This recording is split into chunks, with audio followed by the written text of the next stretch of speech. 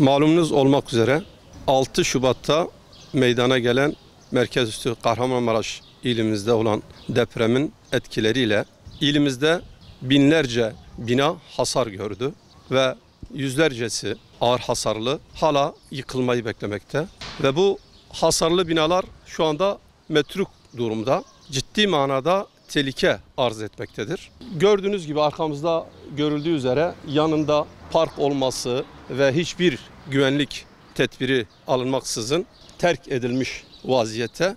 Bu da ciddi manada vatandaşların malına, canına zarar verme tehlikesi arz ediyor. Bunun için yetkililer herhangi bir önlem almamakta. O elim hadisenin üzerinde yaklaşık 5 ay geçmesine rağmen acil yıkılması kararlaştıran binalar hala yıkılmamış ve gördüğünüz gibi terk edilmiş vaziyette durmaktadır.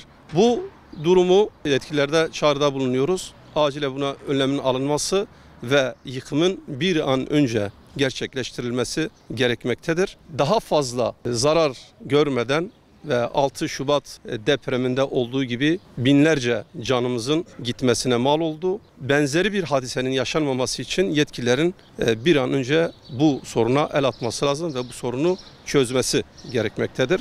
İkinci bir husus olarak da bu terk edilen metruk pozisyonda olan bu binalar aynı zamanda uyuşturucu bağımlıları, hırsızların meskeni haline gelmiş durumda ve bu da çevredeki vatandaşları ciddi manada rahatsız etmekte ve endişeli pozisyona düşürmektedir. Bunun da tedbirinin alınması açısından yetkililerde çağrıda bulunuyoruz. Bunun önleminin alınması lazımdır. Diyarbakır'ın muhtelif cadde ve sokaklarında benzer, arkamda göründüğünüz binanın benzeri gibi binalar mevcut.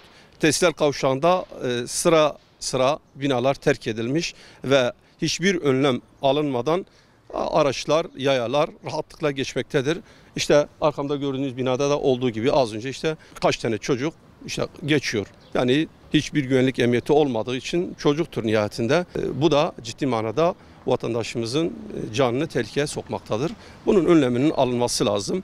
Bir an önce tehlike arz eden bu binaların yıkılıp yani vatandaşın rahatlatılması lazım. Tesisler kavşağı olsun, işte şu anda arkamda gördüğünüz yan taraf zaten semt pazarı. Cuma günleri burada pazar kuruluyor ve binlerce insanımız burada alışveriş yapmakta. Aynı zamanda işte ansızın Allah muhafaza etsin bu bina yıkılırsa belki birçok canımız bu binanın altında kalabilir yani.